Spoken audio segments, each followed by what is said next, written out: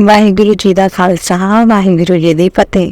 ਸਾਰੇ ਸਾਧ ਸੰਗਤ ਜੀ ਨੂੰ ਪਿਆਰ ਭਰੀ ਸਤਿ ਸ਼੍ਰੀ ਅਕਾਲ। ਸਾਧ ਸੰਗਤ ਜੀ, ਅੱਜ ਦੀ ਜਿਹੜੀ ਸਾਖੀ ਹੈ ਸ਼੍ਰੀ ਗੁਰੂ ਨਾਨਕ ਦੇਵ ਜੀ ਦੀ ਹੈ, ਜਿਸ ਸਾਖੀ ਦੇ ਮਾਧਿਅਮ 'ਚ ਸਾਨੂੰ ਇਹ ਸਮਝਾਉਣ ਦੀ ਕੋਸ਼ਿਸ਼ ਕੀਤੀ ਗਈ ਹੈ ਕਿ ਉਸ ਮਾਲਿਕ ਦੀ ਲੀਲਾ ਤੋਂ ਕੋਈ ਨਹੀਂ ਸਮਝ ਸਕਦਾ, ਨਾ ਉਸ ਦੀ ਲੀਲਾ ਅਤੇ ਉਸ ਦੀ ਮਹਿਮਾ ਨੂੰ ਕੋਈ ਸਮਝ ਵੀ ਨਹੀਂ ਸਕਦਾ। ਤੇ ਸਾਧ ਸੰਗਤ ਜੀ, ਸੰਤ ਮਹਾਤਮਾ ਜੋ ਉਹਨਾਂ ਦੇ ਗੁਣਾਂ ਦਾ ਵਿਸਤਾਰ ਕਰਦੇ ਹੈ, ਉਹਨਾਂ ਦੇ ਬਾਰੇ ਦੱਸਣ ਦੀ ਕੋਸ਼ਿਸ਼ ਕਰਦੇ ਹੈ ਕਿ ਉਹ ਕੈਸੀ ਖੇਲ ਖੇਲ ਰੱਖ ਸਕਦਾ ਹੈ। ਅੱਜ ਦੀ ਸਾਖੀ 'ਚ ਲੜਕੀ ਤੋਂ ਲੜਕਾ ਬਣਨ ਦੀ ਦੱਸੀ ਗਈ ਹੈ ਕਿ ਕਿਵੇਂ ਸਤਿਗੁਰੂ ਨਾਨਕ ਦੇਵ ਜੀ ਨੇ ਕੁੜੀ ਤੋਂ ਮੁੰਡਾ ਬਣਾਇਆ। ਤਾਂ ਚਲਿਏ ਆਪਾਂ ਇਸ ਸਾਖੀ ਦਾ ਸਰਵਣ ਕਰਦੇ ਹਾਂ।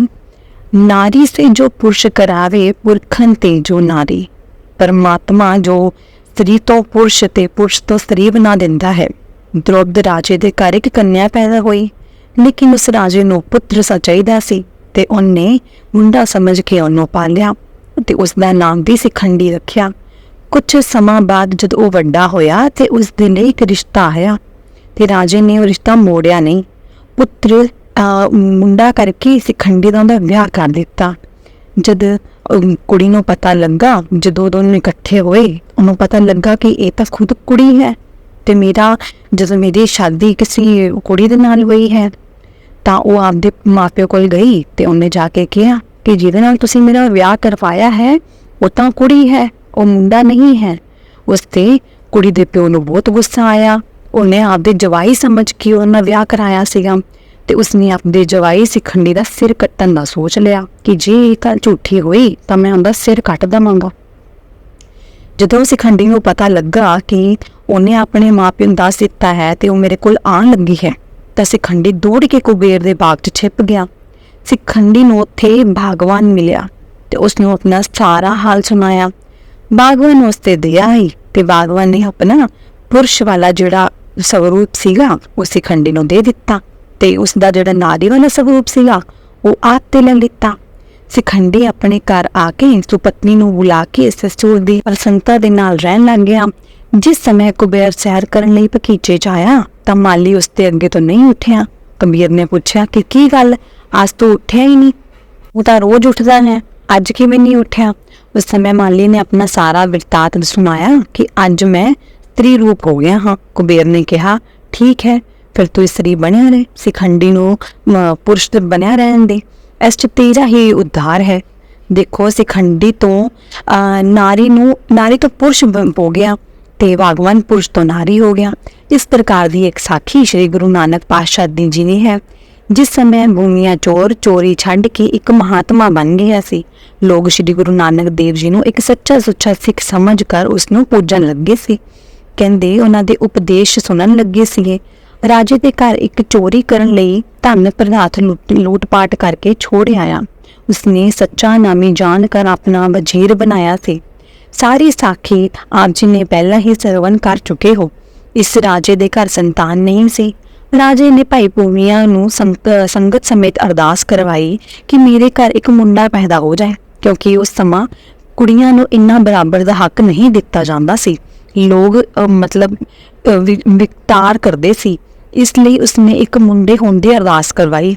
ਥੋੜੇ ਸਮੇਂ ਬਾਅਦ ਉਸ ਨੂੰ ਮੁੰਡੇ ਦੀ ਜਗ੍ਹਾ ਕੁੜੀ ਪੈਦਾ ਹੋ ਗਈ, ਲੇਕਿਨ ਰਾਜੇ ਨੇ ਆਪਣੀ ਜਿੱਦ ਨਹੀਂ ਛੱਡੀ। ਉਸਨੇ ਹਾਰ ਨਹੀਂ ਮੰਨੀ। ਉਸਨੇ ਉਸਨੂੰ ਪੁੱਤਰ ਸਮਝ ਕੇ, ਮੁੰਡਾ ਸਮਝ ਕੇ ਹੀ ਉਹਦੀ ਖੁਸ਼ੀਆਂ ਮਨਾਈ ਤੇ ਉਸਨੂੰ ਸ਼ਹਿਜ਼ਾਦੇ ਵਾਲਾ ਹੀ ਨਾਮ ਰੱਖਣ ਦਿੱਤਾ ਤੇ ਉਹਨਾਂ ਨੂੰ ਉਸਨੂੰ ਵਸਤਰ ਵੀ ਉਹ ਜਿਹੇ ਹੀ ਪਹਿਨਾਏ। ਤੇ ਉਹ ਜਦੋਂ ਬੱਚਾ ਜਵਾਨ ਹੋਇਆ ਤੇ ਉਸ ਦੇ ਰਾਜੇ ਦੀ ਇੱਕ ਦੂਜੇ ਰਾਜੇ ਦੀ ਕੁੜੀ ਨਾਲ ਉਹਦੀ ਸਗਾਈ ਕਰਾ ਦਿੱਤੀ।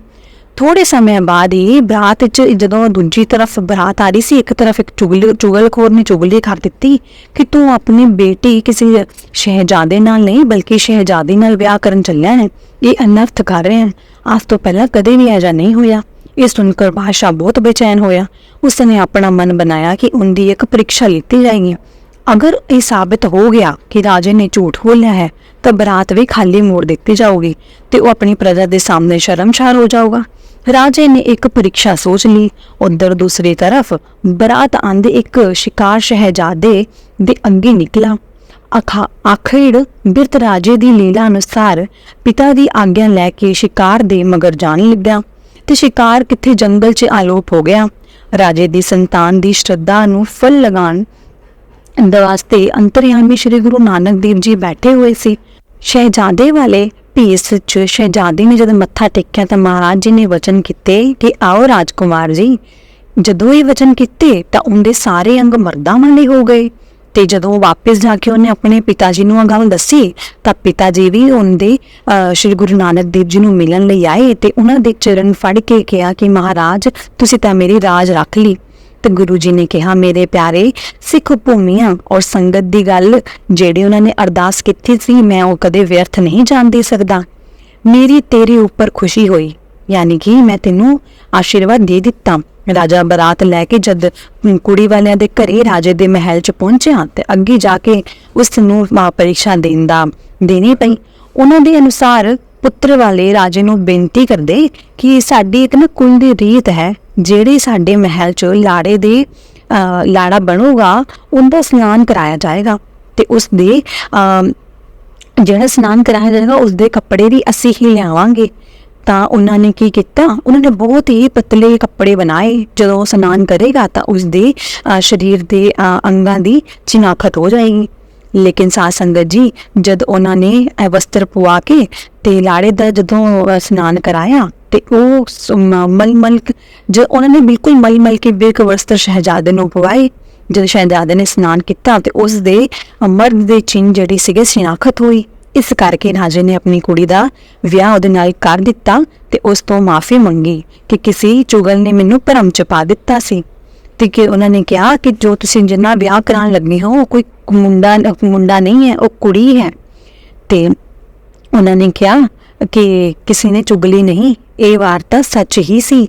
ਲੇਕਿਨ ਜਗਤ ਗੁਰੂ ਸ਼੍ਰੀ ਨਾਨਕ ਦੇਵ ਜੀ ਨੇ ਦੀ ਕਿਰਪਾ ਤੋਂ ਜਿਹੜੀ 16 ਸਾਲ ਤੋਂ ਸ਼ਹਿਜ਼ਾਦੀ ਰਹਿ ਰਹੀ ਸੀ 16 ਸਾਲ ਤੋਂ ਕੁੜੀ ਸੀ ਉਸਨੇ ਗੁਰੂ ਨਾਨਕ ਦੇਵ ਜੀ ਨੇ ਉਸਨੂੰ ਸ਼ਹਿਜ਼ਾਦਾ ਬਣਾ ਦਿੱਤਾ ਯਾਨੀ ਮੁੰਡਾ ਬਣਾ ਦਿੱਤਾ।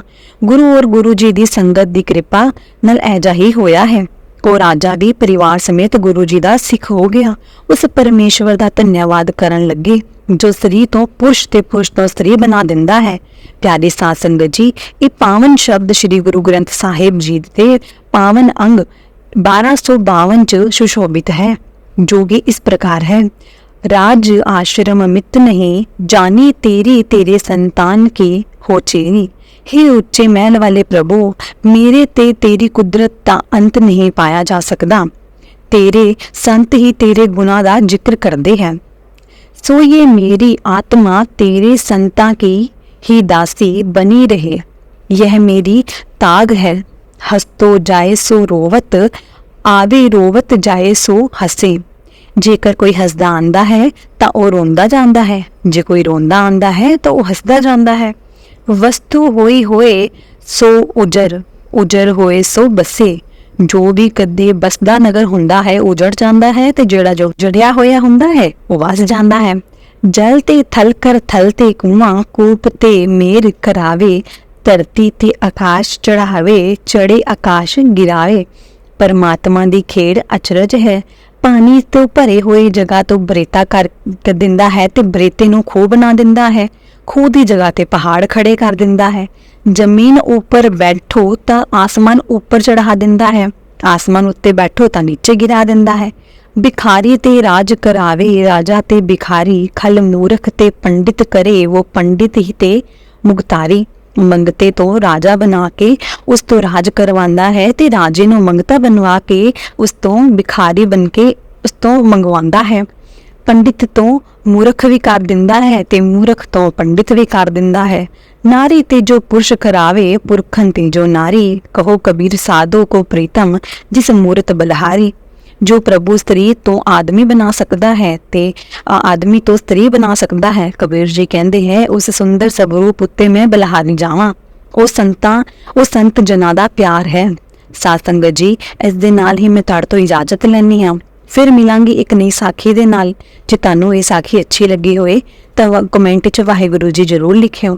ਤੇ ਤੁਹਾਨੂੰ ਜੇ ਅਜਿਹੀਆਂ ਸਾਖੀਆਂ ਸਤਸੰਗ ਤੇ ਰੂਹਾਨੀਅਤ ਦੀ ਗੱਲਾਂ ਸੁਣਨਾ ਅੱਛਾ ਲੱਗਦਾ ਹੈ ਤਾਂ ਇਸ ਚੈਨਲ ਨੂੰ ਸਬਸਕ੍ਰਾਈਬ ਕਰੋ ਤੇ ਬੈਲ ਨੋਟੀਫਿਕੇਸ਼ਨ ਨੂੰ ਔਨ ਕਰ ਲਓ ਤਾਂ ਕਿ ਕੋਈ ਵੀ ਨਵੀਂ ਸਾਖੀ ਦੀ ਵੀਡੀਓ ਆਏ ਤਾਂ ਤੁਹਾਨੂੰ ਉਸ ਦਾ ਨੋਟੀਫਿਕੇਸ਼ਨ ਆ ਜਾਏ। ਵਾਹਿਗੁਰੂ ਜੀ ਦਾ ਖਾਲਸਾ, ਵਾਹਿਗੁਰੂ ਜੀ ਦੀ ਫਤਿਹ।